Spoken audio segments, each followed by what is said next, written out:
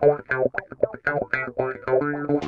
I'm Eric Rokeach with FitnessBusinessInterviews.com, and I'm here with a good friend of mine by the name of Glenn Colello. Now, Glenn is blowing up, and he's becoming one of the go-to guys in the raw and vegan niche. He's taken his experiences and turned them into a business that has a cult-like following. He's got great interactions with his customers, and he's made it a lot of fun and entertaining for everybody. So, Glenn, I appreciate you being on the line here, and thanks very much. Yeah, thanks, Eric. It's great to be with you again and good to chat. Yeah, all right. So, basic story. I want to know how you got started. You know, they kind of consider it an alternative lifestyle. How you kind of got started with the raw foods and vegan niche. You know, for me, it started. It was a journey, and it first started just some recommendations from a chiropractor on getting healthier, and I took those into consideration and I put them into action, and slowly but surely making changes in my diet really worked well for my energy level and how I felt. I got more into this and wanted to know more clinically, wanted to be able to maybe work with or counsel people because nutrition seemed to be so confusing. There's lots of different people saying lots of different things, and some stuff trumped other stuff. So needless to say, I went back to school, the Institute for Integrative Nutrition in New York City, and I got a certificate as a holistic health counselor. And at that time, I was myself investigating and leading a pretty much of a raw food lifestyle, somebody who eats pretty much a vegan food choices, none of which is cooked. Some can be dehydrated, food processed, blended, but no cooked food. So that's where the raw food came in. And what I found was that as I started to counsel people based on my nutritional certificate, I found people very interested in what I was doing with raw food. And as we got more into it, they were adding it more to their lifestyle, and they wanted a place to go. They wanted a place to meet other people leading this lifestyle. They wanted a place to go get raw food without having to do it themselves. So all these things kept playing around in my mind to the part where, you know what, let me look into, investigate the possibility of getting a space, a storefront where we can have a raw food cafe. We can have gatherings and meetups and show documentaries and have lectures and bring everything to one site. This way I thought I can work with a lot of people versus just working with one client for 1 hour, 3 to 4 clients a day. And over a year, you know, you may be looking at 50, 60, 70 clients maybe. And in reality, you put on one good event with one good speaker that people really want to hear. You're touching, 100 to 200 people in an evening. And then now you have their contact information and you're able to get to them again and expose them to other things in health and nutrition. So for me, I wanted to help people, and I did that. And then I wanted to help more people, and that kind of created the idea of the cafe and the events to the cafe and bringing people together. So here I am, I believe it was January of 2008. We opened the cafe in West Haven, Connecticut for 1.5 years. We moved to Fairfield, and we've been open there just under 1.5 years. So it's give or take a couple months, 3 years of raw food cafe that's really doing well, and the community is really happy we're there. All right, so let me ask you, you realized early on that you were doing the consulting that the one-on-one or maybe two-on-one type of thing wasn't that great. It was better to go group, like train and work with larger groups of people, right? Well, I think everybody's going to be different. And at first, the first 2 times I sat down with individual clients, I absolutely loved it, and great give and take, and seeing them over a 6-month period and seeing all the transformations. For that, it was for that time frame, it was awesome. With that being said, there were a lot of people out there that I felt wanted this type of information, wanted this knowledge, maybe weren't willing to sign up for a 6-month program and charge X amount of dollars, and I sense that people are a little bit shy with the commitment end of it. So that got me out doing more free lectures and just getting me more exposed to people, and that kind of even resonated with me more. I felt that, the more people I can touch with this, the more people they can go out and touch, and so on down the line. So I felt that numbers were greater impact option for me than the one-on-one. And with that being said, as I was leaving the one-on-one, I made sure that I knew somebody in the business that I was in, that if somebody indeed did want that one-on-one, because I was transitioning out of that there was a fallback. There was somebody that I can recommend that I would go see if I were going to do some one-on-one health counseling, so that one-on-one person had somebody to go to. But for me, it was groups, it was numbers, it was outreach, it was bringing lots of different venues, not only what I know and what I believe. I can bring in somebody that maybe I don't know a lot about that topic, but they're the expert, and they can educate me, and they can also educate people who really want to know about that topic. So I just felt that outreach and groups and events were much more important for me to pursue. How did you, when you first started out, how did you end up bringing in your first, one-on-one clients? My first one-on-one clients came to me because I was working at a Boys and Girls Club. I was well respected. I'd been there for 11 years, and basically I approached these people who, prior to going to the nutrition school, I was already beginning nutritional conversations with people. So people knew I was into this. So as I went to the school, and the school's homework was to go out and find friends to sit down so that you can practice a process called a health history, basically a consultation. I went to friends who I've had some nutritional conversations about and said, listen, hey, would you like to sit down and do this consultation, do this health history with me? And that's how I originally found them. And the first two that I sat down, I was just looking to do my homework. When the health history was over, they were looking to what's next? When can we do this again? What's your rates? So that's when it opened up to me that there's a business, there's a calling, there's a need for this. Interesting. Now, how did you determine what rates you were going to charge, since it was new for you early on? Did you just say, hey, you're the new guys, let me try this with you, and then as it grew, you raised them? Yeah. Rates were tricky. There were friends and family, people that knew I was into this and now knew I had a certificate and were willing to work with me. And I had trouble kind of charging them at all or charging them a lot. So there's that kind of rate. And then there's friends that I thought needed it that may not have been willing to pay for it. So I was going to choose initially to sit down with them and put them through the program as long as they would be willing to give the time. And then there were friends of friends who really needed it and were really willing to pay. So I had that rate scale set up based on people that I had went to school with, people I'd graduated from school with, what they were charging, what their rates were. So the school, the Institute for Integrative Nutrition, had basically set the bar. What they thought people in different types of communities were willing to pay. And based on my community and where I was coming from and my background and knowledge, we're able to kind of play with that rate system. You said before 6 months. Is that the general time frame that you would work with people? Typically, nutritionally speaking, again, the program that the nutrition school laid out ideally set up 6 months as a time frame to hopefully work with this individual once every other week. So you'd have 12 sessions in the 6 months. And the belief system behind that was you'd meet with them, you'd hear their story about nutrition and their downfalls and their things that they're doing well and all that, and then you'd work with them for things to work on for the next session. And then 2 weeks later, you would check in on how they're doing with that, and then hopefully they're doing really well with that and give them some more things to work on. So that's where the 6 months, 12 sessions really worked in to see really great progression.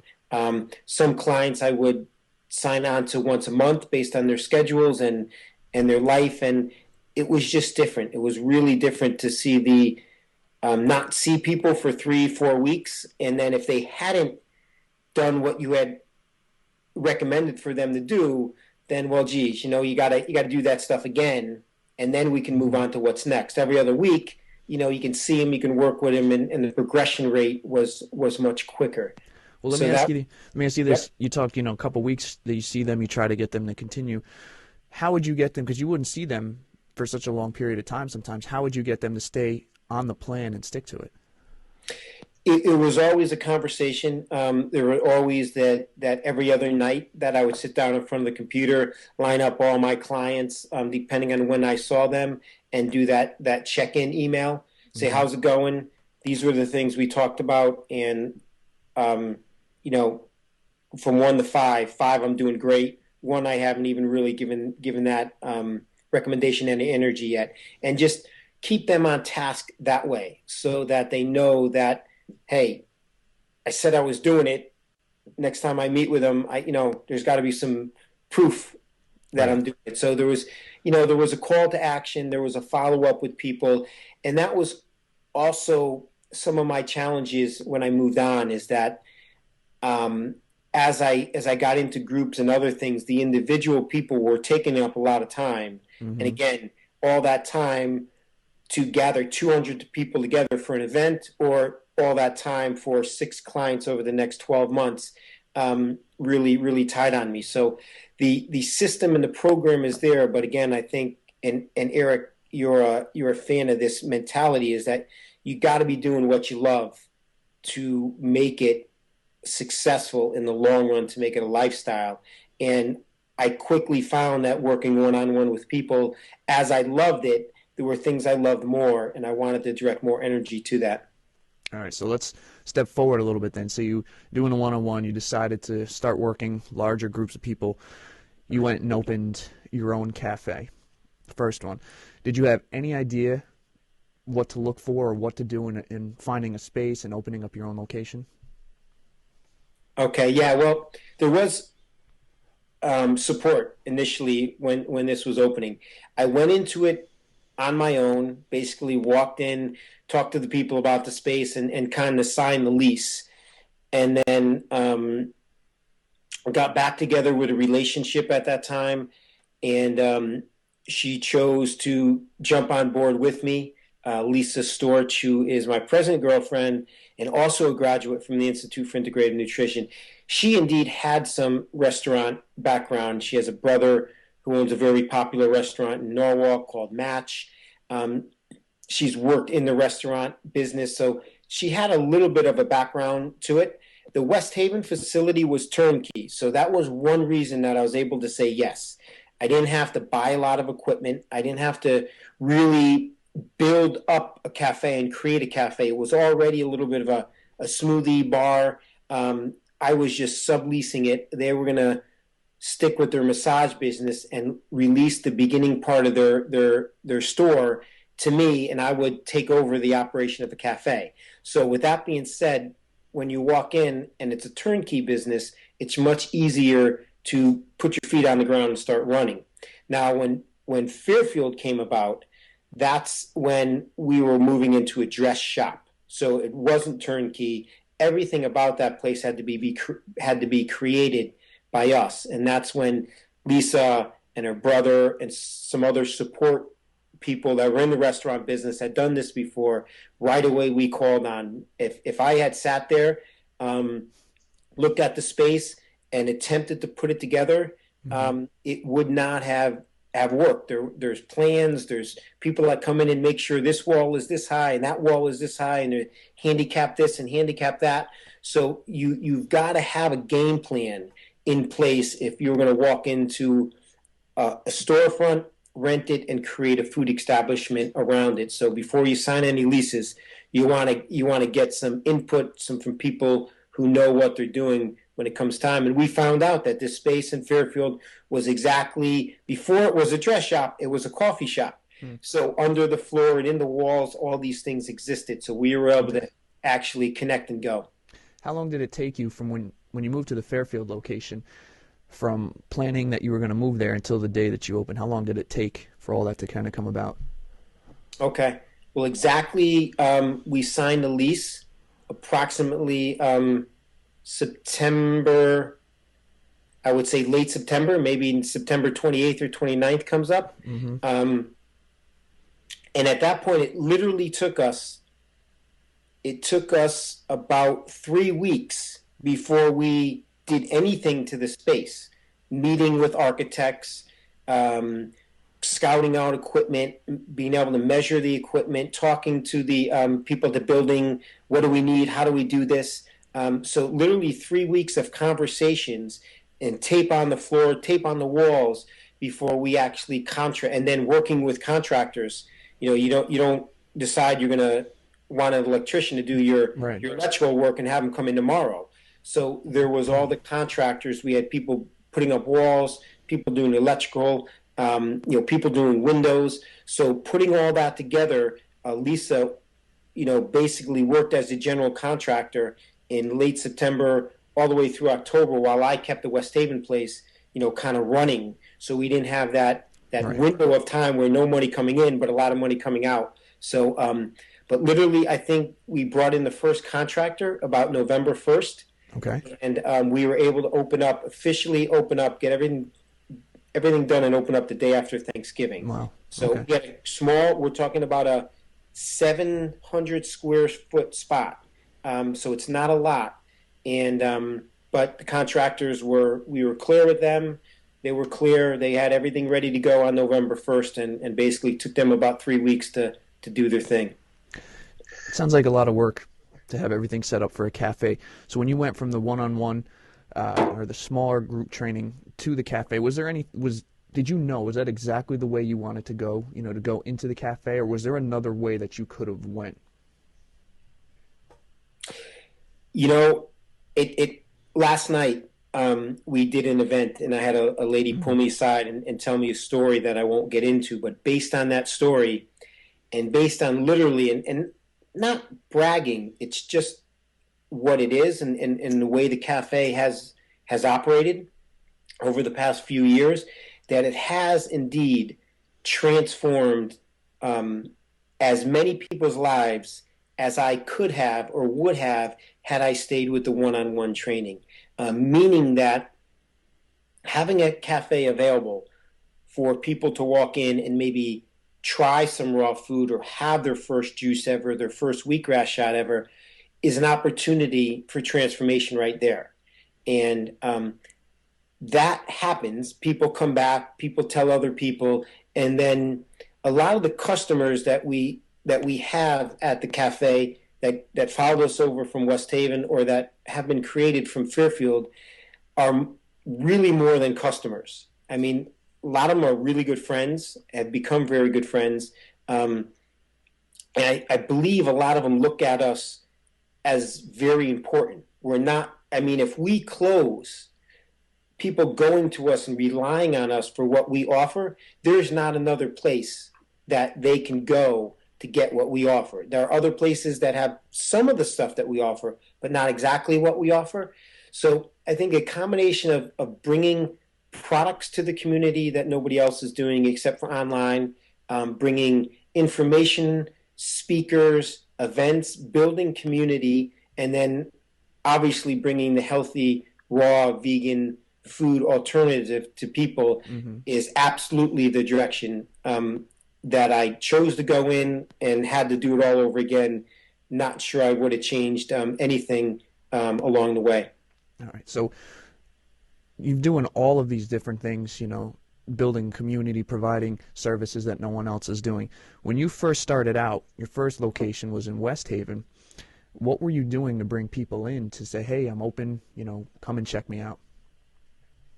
Yeah, what we're it's interesting because West Haven's clientele is a different clientele than Fairfield, where we are exactly. So we really had to do more convincing that what we offer is really good for you. You should give it a try. It's got its benefits.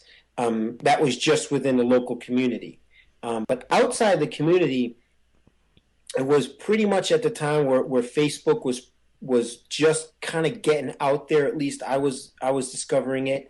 But initially, what it started out for me was constant contact newsletters and emails.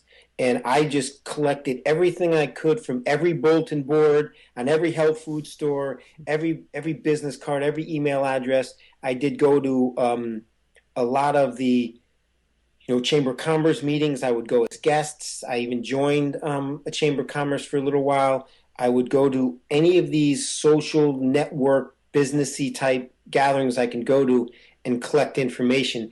And what I was finding, a lot of the people I were talking to, while vegetarian and raw food wasn't something for them, very often I found them responding by, well, my niece or my friend or Mm-hmm. my coworker is into this. I'm going to give them your card. So, in West Haven, it was slow. It was very slow way to do it without a thousand, $2,000, $10,000, marketing budget, which we had none of.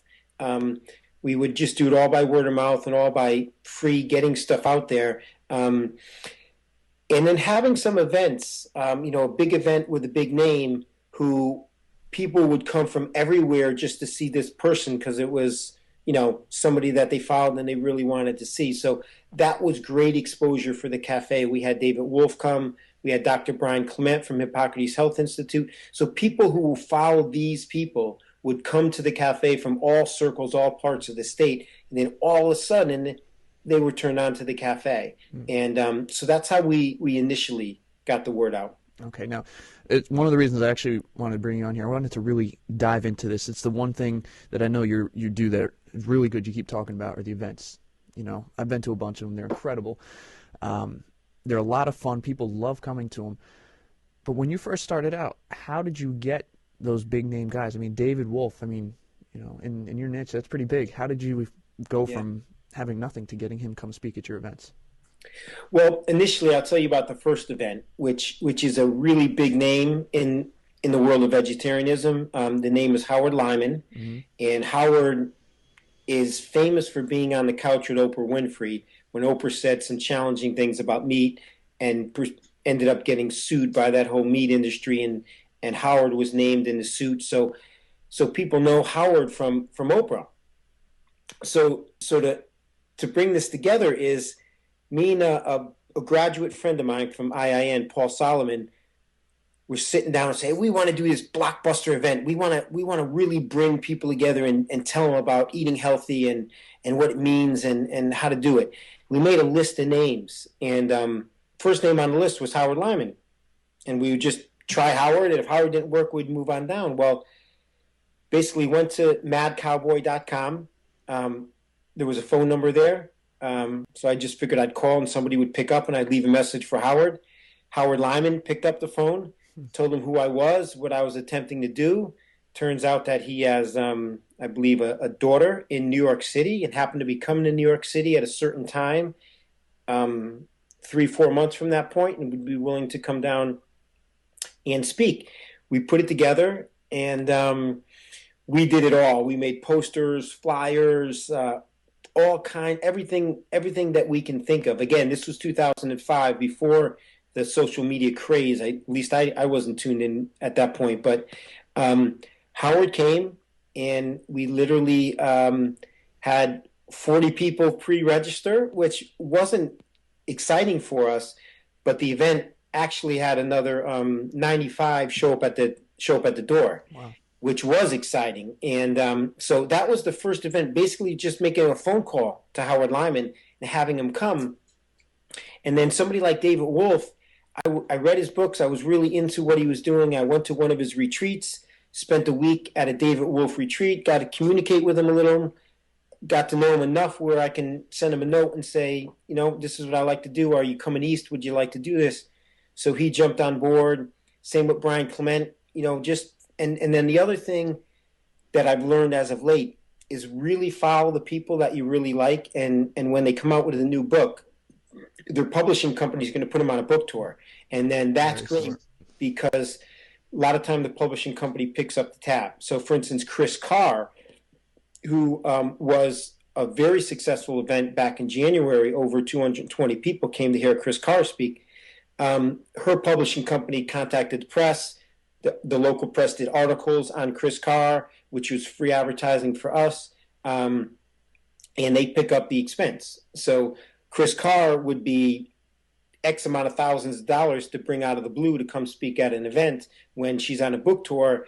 very similar presentation, except that there's no fee. The publishing company takes care of that. So with that being said, finding people that are on book tours and just opening up dialogue and communicating with these people. And after you have a couple good events, the first thing I told David Wolf was, asked him if he knew Howard Lyman. He said, oh, sure, I know Howard Lyman. Well, we did an event with Howard a year ago. You can check in with him. We did a really good job with it. So you build that up. And then eventually Chris Carr spoke to Gabrielle Bernstein, who's a really amazing new young author. And so now Gabrielle Bernstein calls me and wants to know if I'd like to host her event for her next book tour. So, when you get into it, then you start having people call you. That's when it gets really fun. And I have to ask you, for the first one, Howard Lyman, maybe he didn't really know who you are. You told him what you were doing. Did you have to offer him any incentives to get him there? For Howard, he just wanted to know that we were going to promote the event and that there would be people there. Okay. For him to make the travel and to come down, he just said, if you can put 50 people in the chairs, that would be worth my time. Okay. But Howard also did say, I'm coming, I'm making the commitment. I haven't spoken Connecticut next amount of years. I really want to do this. And if you don't get 50 people and you get 10 people, you're still going to get, my A game. So as an organizer, it felt really good to just put everything you got into it and hope for the best. Now, you got to be really clear with people you communicate with, because not everybody has that tone. Some people are in it because they want to make money, and that's fine too, and I totally honor that. And some people are in it to make money, but also in it to make, to deliver the speech and what they're really good at. So you get to learn what each individual is about, and then you got to cater your game to what they're going to bring to the table. All right, let's talk about the events that you're doing now. Hundreds of people show up at them every time. I mean, just people standing at the doors. Sometimes you have to turn people away. What's the process like for you in terms of organizing and setting up an event? First starts with making the contact and getting the commitment. Again, learning from example or from experience. You set this up, you talk to them, it's a very casual conversation, and all of a sudden in your mind, you're on your website putting up a date for an event, and then all of a sudden this person didn't have it down as a concrete event, and he needs to shift it around. So communication is very important. You want to make sure that you have everything scheduled. If it's a contract, great. If it's somebody you think you need a contract for, to sign off on that. But once you have it down, the date, the place, and everything is rock solid, then it really just comes down to marketing and getting people there is really important, because again, the message is only as great as the people that are taking it in and the ability that message has to continue after that night. Right. So it's getting the commitment, getting the space, and then doing the marketing, and having a storefront like a cafe, or if you have a gym, or if you have a place that people frequent, just making sure right away that you have posters up of the people coming. You have their books if they're an author. You have their products if they have any other kind of products that they're affiliated with, and just really inundating them with reasons to come hear this speaker and be a part of this event. Just one quick example. I mean, even with Chris Carr, she has brought herself back from liver cancer to the point where she's thoroughly enjoying day-to-day life. So she's written some books on it, and her latest book, Crazy Sexy Diet, was not about cancer, but it was about diet. And so it was a bit different. So what she brought to the table, it was two conversations. She's the one, you can talk to people who have dealt with cancer, and then Crazy Sexy Diet, you can just talk to people that are thriving for nutrition. So you want to find whatever the speaker offers, and bring them together to touch base with as many people in those avenues. Like, for instance, David Wolf, you can talk about David Wolf as the raw food guru, or you can talk about David Wolf as a longevity expert. So you can have different conversations with different people depending on where they're coming from. So it's really getting to know your speaker, getting to know the topic that they're going to talk about, what they're famous for, and just being able to talk that up.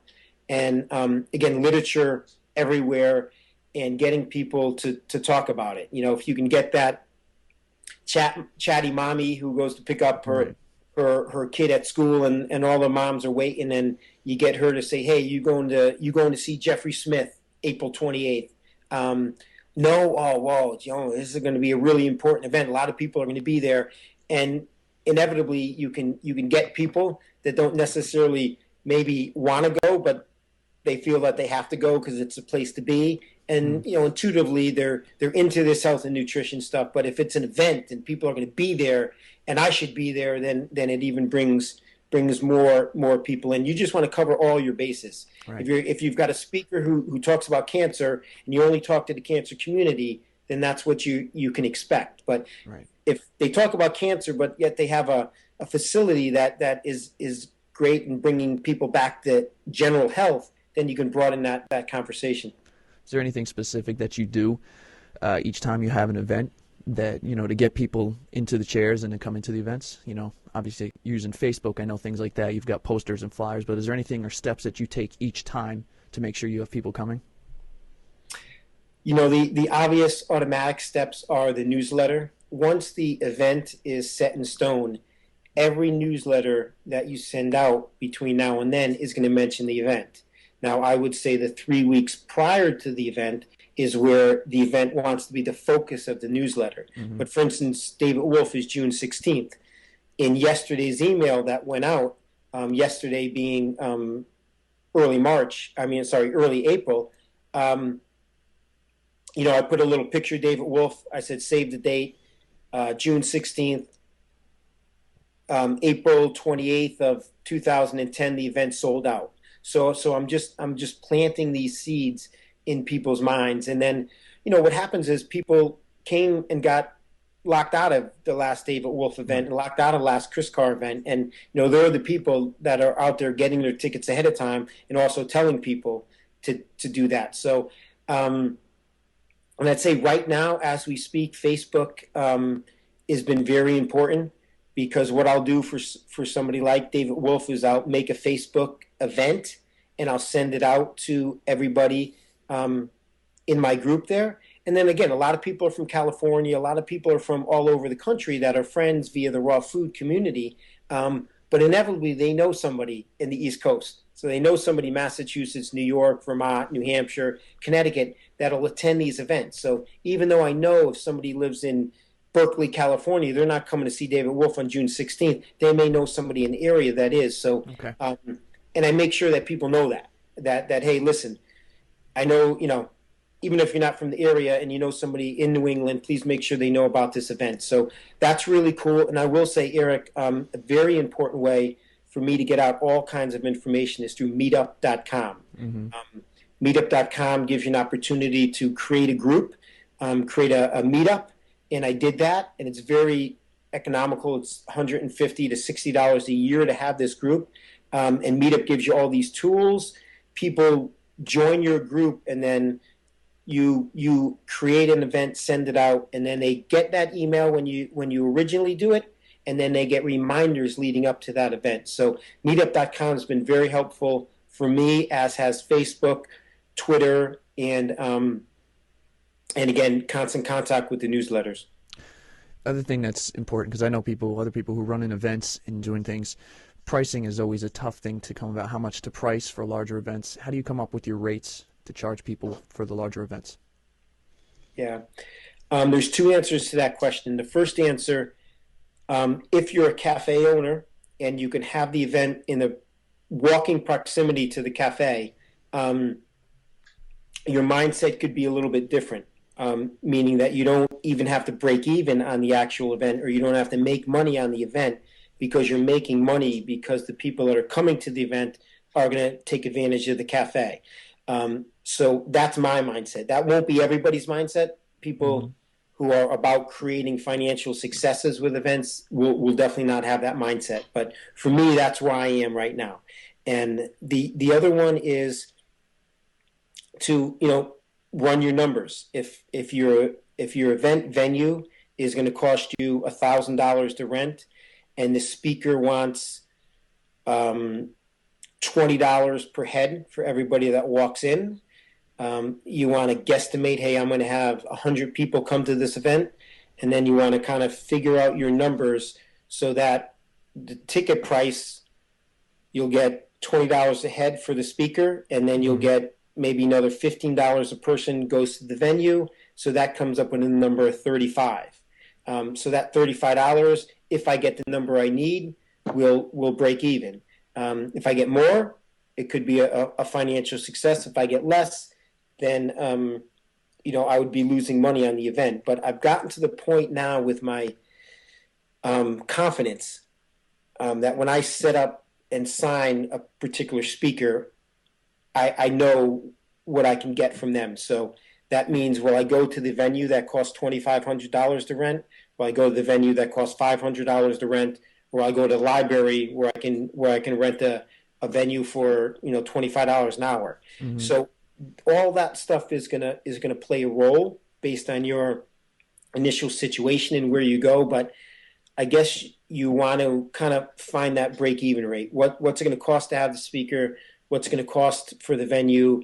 Maybe some other marketing expenses rolled in there, and come out with a number, and then figure out your ticket price based on break-even. It's okay if I lose a little bit, or I have to make money on this event to have more. So it takes a little bit of going through that process to understand it and fully grasp it. Okay, and since you're in a certain mode right now, when you're doing the tickets, are you looking just to break even, or are you looking, to make a little bit of money off of it also? To be honest with you, right now I'm still in break-even mode.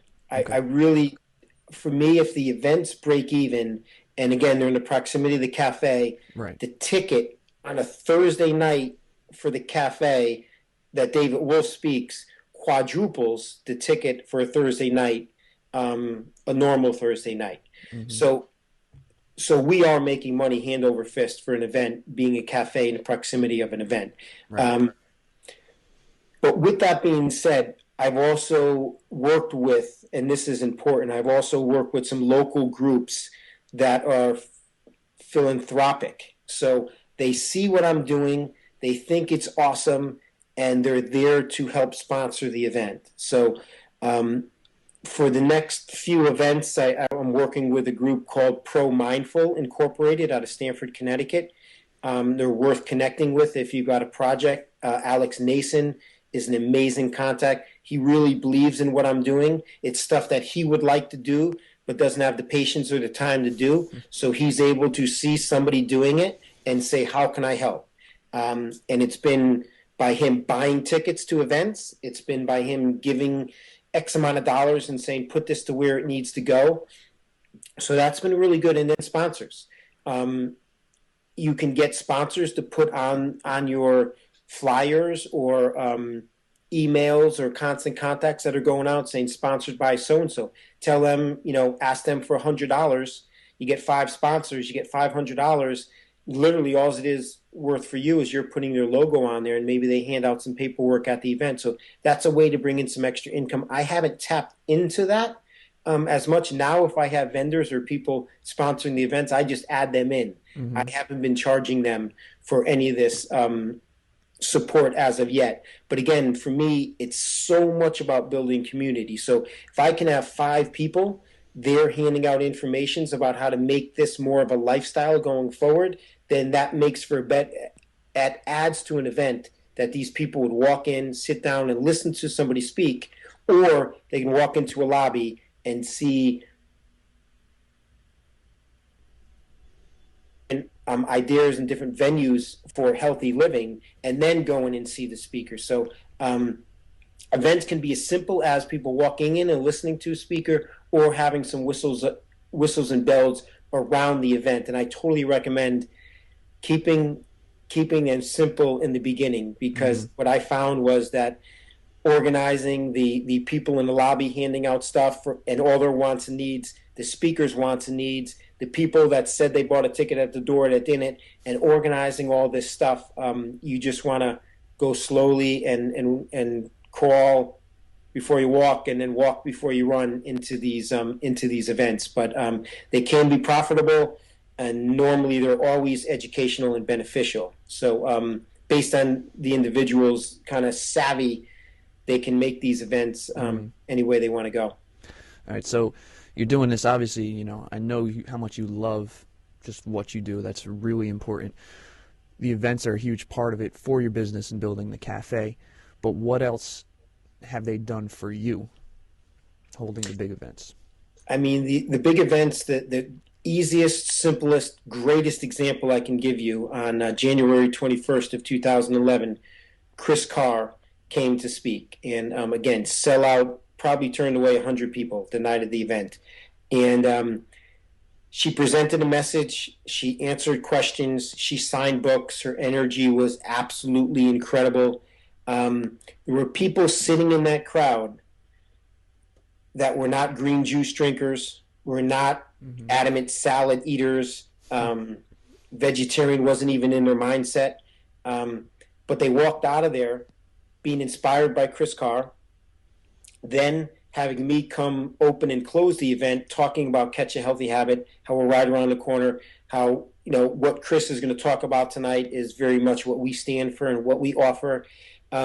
So since that January event, we've had 3 ladies. And it doesn't sound like a lot, but we've had 3 ladies, and an average of 3 times a week come in and do wheatgrass, get shots, get smoothies, get dinner, get lunch.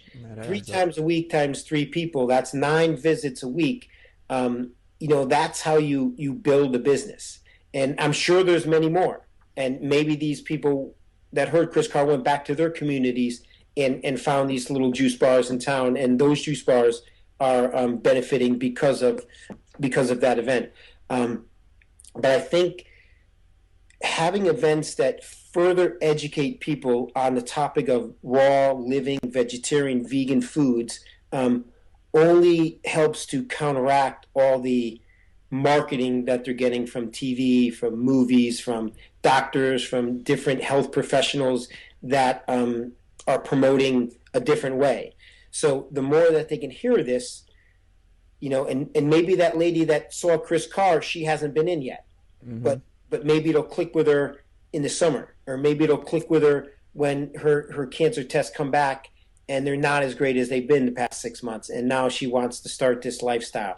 So doing these events always aren't 100% the next day. These people running in and saying, hey, your place is the greatest because you held this event, but it's putting stuff into the mindset around the lifestyle, and then eventually they're coming. If they're not coming, they're conversing about it. So it's just an amazing way to market your facility. The other thing that you do, and I love this, I've been there for a number of these, is you've got the big events, but you hold the weekly, bi-weekly free events at the cafe. Why do you do that? Why do I do that? That's more for me, for me to keep community together. So with that, what Eric's talking about is every Thursday night, bar none, we have an event at the cafe. They start at 6:30. And again, these are not the David Wolf, Chris Carr events. They often happen on Thursday too. But the nights where the featured speaker isn't scheduled, we try and do a raw food prep class the first Thursday of the month. And then the other Thursday of the month, we either get local speakers, I do a presentation, or we show a documentary. And the answer to your question, why do we do those? That comes back to, if you've got 15 people in a room, 215 people in a room, or 5 people in a room, there's educational information going out to those people. And you never know when that 5-person event might have shifted somebody's mindset and changed your life right then and there, watching a documentary or listening to something somebody said. So that's why I do those events. We did a lot more events in West Haven because events were actually the way to bring people into the cafe. Here in Fairfield, we have people come in the cafe all day, every day. So the events are literally just a service to the community to learn more, to be educated more. For instance, last night we showed a movie called Earthlings, and we had 15 or 16 people there. But a lady came up after and said, "Thank you for showing this movie. I would have never watched this movie on my own, but I came here and I watched it, and there's certain things I will choose not to do anytime soon, or if not, for the rest of my life." And those were positive things as far as meat, milk, dairy, and where they were going to get their meat and milk from. She learned a lot. So that's why I do them events every Thursday. It's just because I enjoy it, and I enjoy seeing the light bulb go off in other people who are there watching or participating. Because that's the other thing that fascinates me about you is you're so good at getting people who may have like a negative view about this type of lifestyle. You're so good at just easily convincing them to come in the store and just check things out. What is it that you're doing to do that? I mean, it may be a tough question to answer, but how are you doing that? I think innately people have the ability to kind of feel other people's energy. Mm-hmm. And I think my reputation over the years has not been one of a salesman. So they know by me talking to them and saying, "Hey, come to the cafe and have a smoothie." The reason for me to say that is not so I can put money into the register. The reason I'm saying that is because come in and get a smoothie because it's something good for you. And come to this event or come hear this person speak, because you know what? I'd hate it in 2 or 3 years if you really took on and grasped this lifestyle and would have loved to seen a David Wolf or a Jeffrey Smith or a Chris Carr. But you know what? Who knows when they're going to come back to this area and speak. So getting them into the cafe, getting them to come to the events, it comes from true integrity. Just me verbalizing that this would be a good thing for you to participate in. Drinking a smoothie, coming to an event, coming to a food prep class, just walking in and mm-hmm. looking at some of the products. It's a good thing. It's not, and nothing against pizza places or vitamin shops. There's products, there's bottom lines to all that stuff, and there's people in business that have those and meet those. For me, I don't financially kind of think a lot about that stuff. I just know, the old saying goes, if you build it, they will come. If you build it with integrity and you build it with the right mindset and always have positive energy, they will come. They'll support the business financially. They'll learn. Lives will be transformed. And that's more of a mission that transcends the the bank account. That being said, mindset and you trying to help people. The cafe is located in an area that has a pretty good disposable income. There's a lot of money generally in the area. Would a cafe like yours work in a place that maybe doesn't have as much area or disposable income? It's a great question. I would venture to say an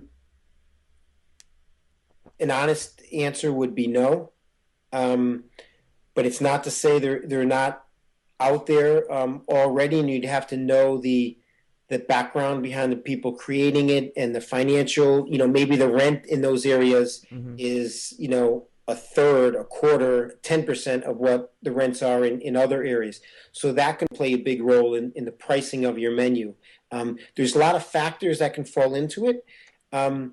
But I would recommend, if somebody wants to really create a food establishment, first spend some time in that area educating people, finding out if people are educated, finding out if people want to participate in this lifestyle, but there's no access to it.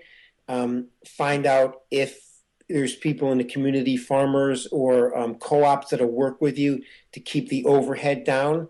I think it can work. I think people are very interested in it. And as less people have insurance with their jobs, being healthier is very helpful. Because mm-hmm. in the end of the day, what I'll tell a lot of people that do this and say, "Oh man, I wish my husband would do this with me," or my husband keeps complaining about the credit card bill and how many expenses they have for a catch healthy habit. basically just say, hey, look at it as health insurance.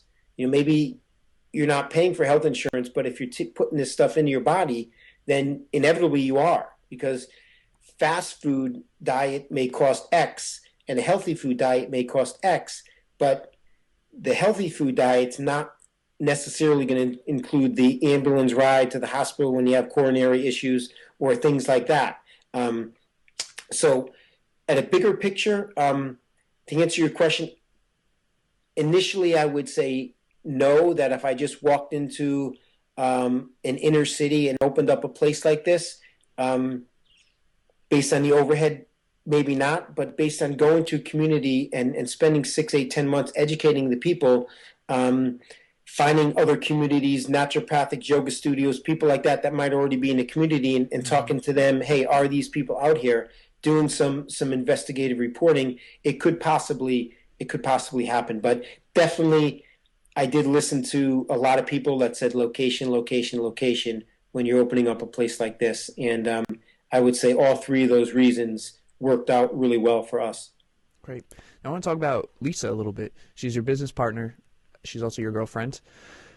You said her strengths, she a little bit of a business restaurant background. What is her role in the business, and how is she helping you and also to help grow everything? Yeah, I would say she does the majority of the day-to-day running of the food cafe. So she's taken on the responsibility of creating the menu. She's taken on the responsibility of basically inventory of the retail items, and then being sure that all the food is up to date. So we have enough celery to make our juices all day, or we have enough cucumbers for this, and so she's making sure that all of that is in place. At West Haven, I was able to do all that, but we get more people in Fairfield between 12 and 2 than we get at West Haven for a week. Mm-hmm. So I was able to do that. But Lisa's basically the day-to-day, also taking care of the staff. Basically, what my role is I work a lot of hours, so I'll open up every day, and a lot of times I'll close every day.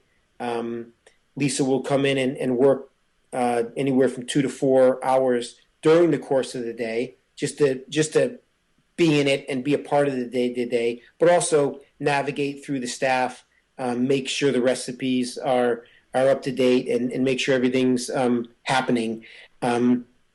And then what I also do, and it's a never-ending job, is to market. So on the website all the time, updating on Facebook all the time, connecting with the people coming in for the events, future events, lining up venues for the next year, lining up sponsors for upcoming events. So I'm constantly doing that. And then, so I would say that's how it works. So Lisa's a lot of the Catch a Healthy Habit Cafe, and I'm a lot of the events and a lot of the community building aspect of it. Okay. A random question here, and there's kind of a reason I'm asking it. It's do you remember how we met? Yeah, it was kind of interesting. We were doing something that I talked about earlier, in that although not in the right order, we signed the lease, so the space was ours, but we hadn't got to it yet. But we were in the space, working on it, doing things, standing outside the door, handing out flyers, hey, coming soon, and whatnot. So that's one of those opportunities that we were taking advantage of. The people just walking up and down the sidewalks. You were one of those people on the sidewalks who kind of came in to see what this new place was all about. We had a great conversation, very similar mindsets. I'm a big exercise fiend too, and very interested in what you were up to.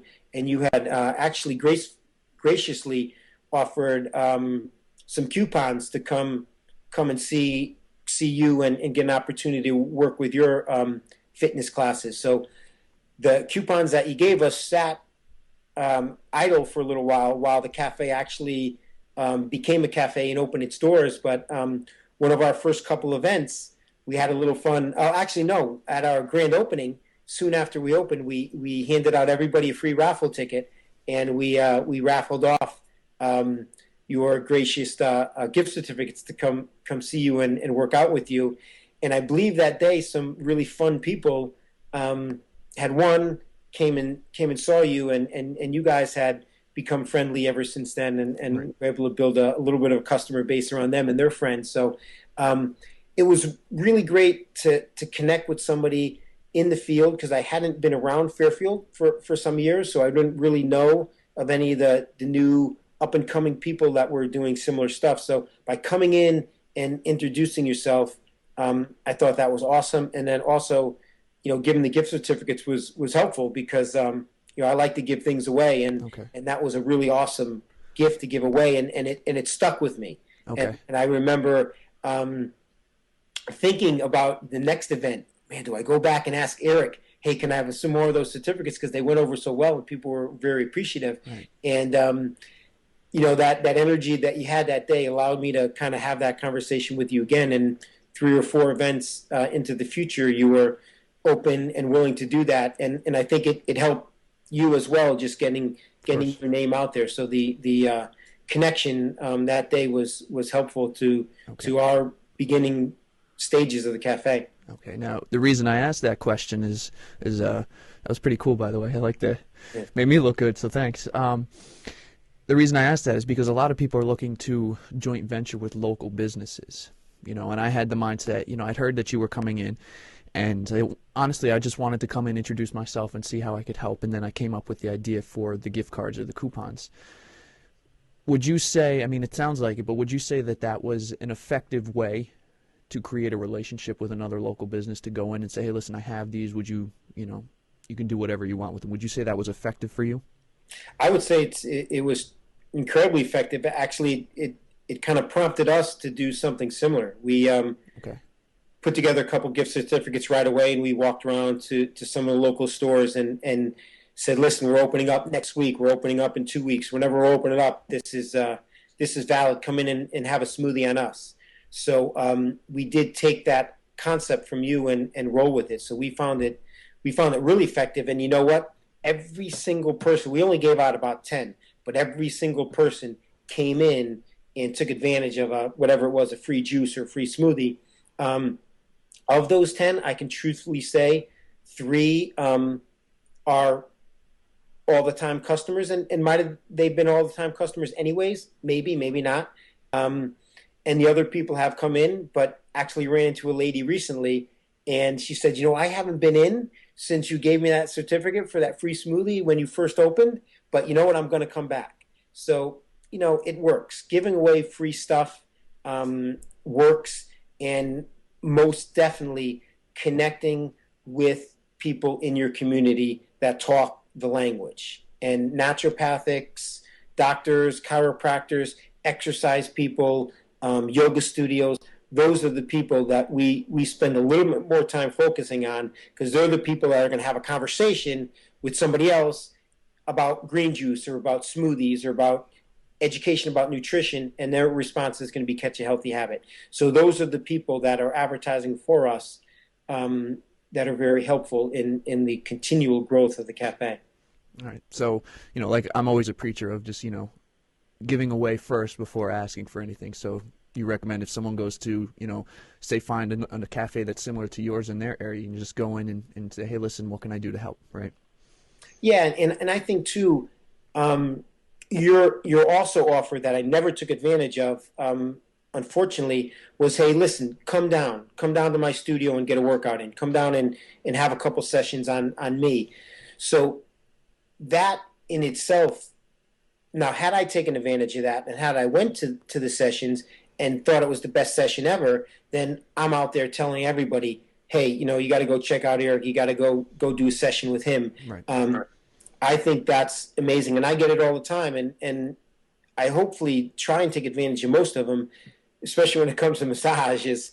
If somebody wants to come and give a half an hour massage or whatever, you know what, if I love it, I'm going to go to the bulletin board, pull that card out. Amongst the other 20 people that have massage cards up there, I'm going to pull that out because I had a personal experience with that, and I know that's positive. So I think that in itself, depending on your business and your ability to give your time and give your product. I think it goes a long way in building yourself as a pillar of the community. All right, so you've got the cafe now. It's going really strong. You're hosting free events. You're hosting monster large events where you're getting great big speakers to come in. What's the next step for you in the cafe? Where do you go? That's a great question. I think right now, we're holding true to the present mission and keep bringing in speakers and keep building. There's always requests for a Catch a Healthy Habit Cafe in somebody's community. So there's always that possibility that's gonna be back there to open up a second and a third one. So that's out there. For me, it's to further my personal training. I will be going to a training the end of this month with Jeffrey Smith, an all-day workshop at Columbia University, so that I can now feel more of an expertise talking about genetically modified foods. I want to do the same with a lot of different educational opportunities that are out there.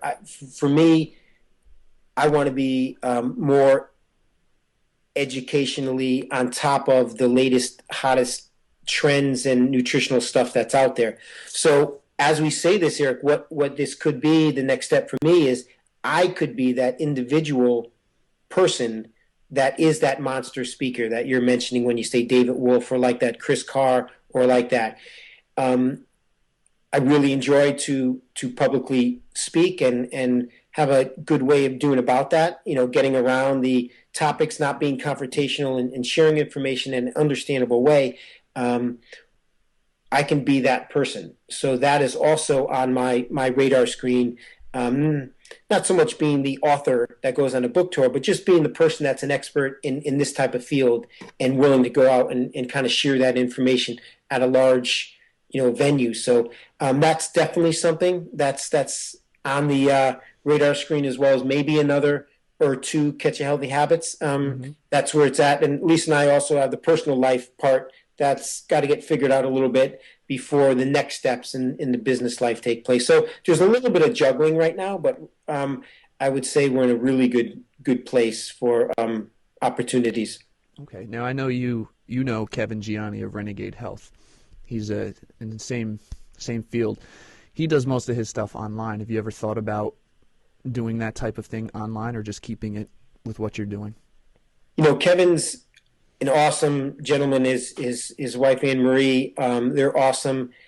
I've kind of seen his growth from the beginning, and he's also spent many hours with me thinking that same thought that you just shared, that I can do a lot more online. Right, because you can reach a lot more people. Yeah, and he has set up some stuff for me that when I'm ready, I can kind of follow and jump right on board.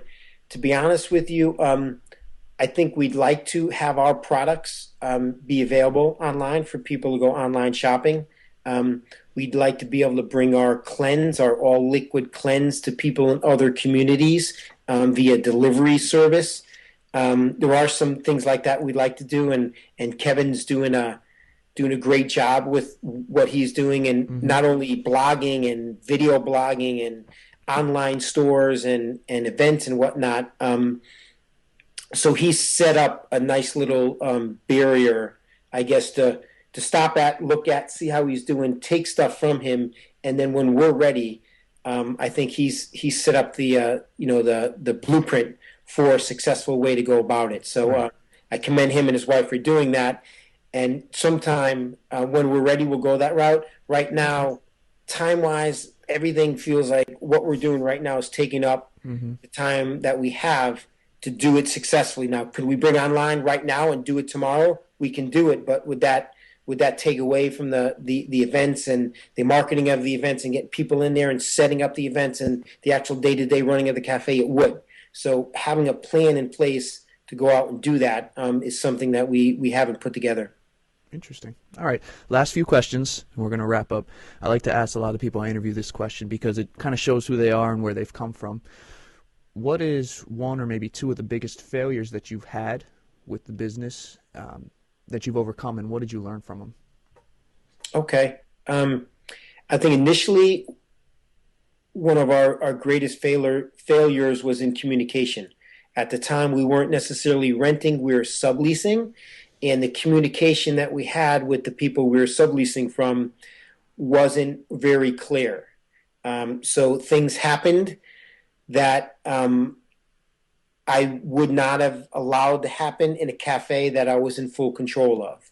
Um, so therefore, that created a little animosity and a little negative energy in the facility at the cafe at the time. So I would say communication, communication, communication. And as much as you love to take people's words for things, a lot of things are best in writing, especially when you're talking about the change of money. Because if their word, you take them to their word and they don't deliver, inevitably the egg's going to be on your face. The people that you're setting up an event for, that let's say you were guaranteed this room, and they said, well, no, we can't have that room. You can only have that room. Well, the people that are now stuffed into that smaller room, they're not going to care about what happened between you and the venue. They just care that they're stuffed in a room and they're pissed off. Right. So you've got to have that communication together for anything that you're doing, and have it written down so that you know what you're getting, so that the egg is not on your face for something that went wrong with somebody else. And that has happened. So that was something that I learned from it. And also not to judge. I think I judged a couple people when they walked into the cafe originally, and maybe didn't give them the communication or the energy or the focus that I thought, based on maybe their weight, based on maybe how they looked, thinking, they can't be in the raw foods. Mm-hmm. And inevitably that kind of came back to bite me a little bit, not for anything that anybody saw or witnessed, just check in with myself. Because a couple of those people that I judged are daily visitors to the cafe now. And so I kind of shamed myself for doing that. And now anybody who walks in the door, I don't care what they look like, what they're wearing, what car they pulled up in, none of that matters. They're getting, like Howard Lyman said, they're getting my A game. And, very cool. And, they can go from there. So I definitely learned not to judge. Very cool. Well, come on here. You've shared a bunch of great information. I want people to know more about you and what you're doing. So where can they go to find some of the information about you? Sure. Obviously, the cafe website, catchahealthyhabit.com, is, up to date all the time. You can see our menu there, our hours there, some videos from past speakers, obviously our upcoming event schedule. So that's a great place to go. They want to kind of befriend the cafe on Facebook. We have it set up so Catch A Healthy is their own name. So Catch a Healthy Habit actually has his own Facebook page. So befriend Catch A, and follow us on Facebook. Email catchahealthyhabit@yahoo.com if you want to connect with me personally, learn more about the events, or maybe you're somebody out there who wants to be a presenter. Contact again catchahealthyhabit@yahoo.com. And again, the cafe number is 203-292-8190. So and then if you're in the area, check into meetup.com and join the Connecticut Living Superfoods Raw Food Group that I organize. And you'll not only get the events that are happening at the cafe, but you'll get other awesome raw food events that aren't connected to the cafe, but are on Meetup, because that's what Meetup does. It's all about Connecticut and raw food. So those would be the ways to connect. Awesome, Glenn. I appreciate the time coming on here and sharing everything with me. Yeah, thanks, Eric. Thanks for the opportunity, and good luck with everything you're up to. All right, I'll see you soon. Take care.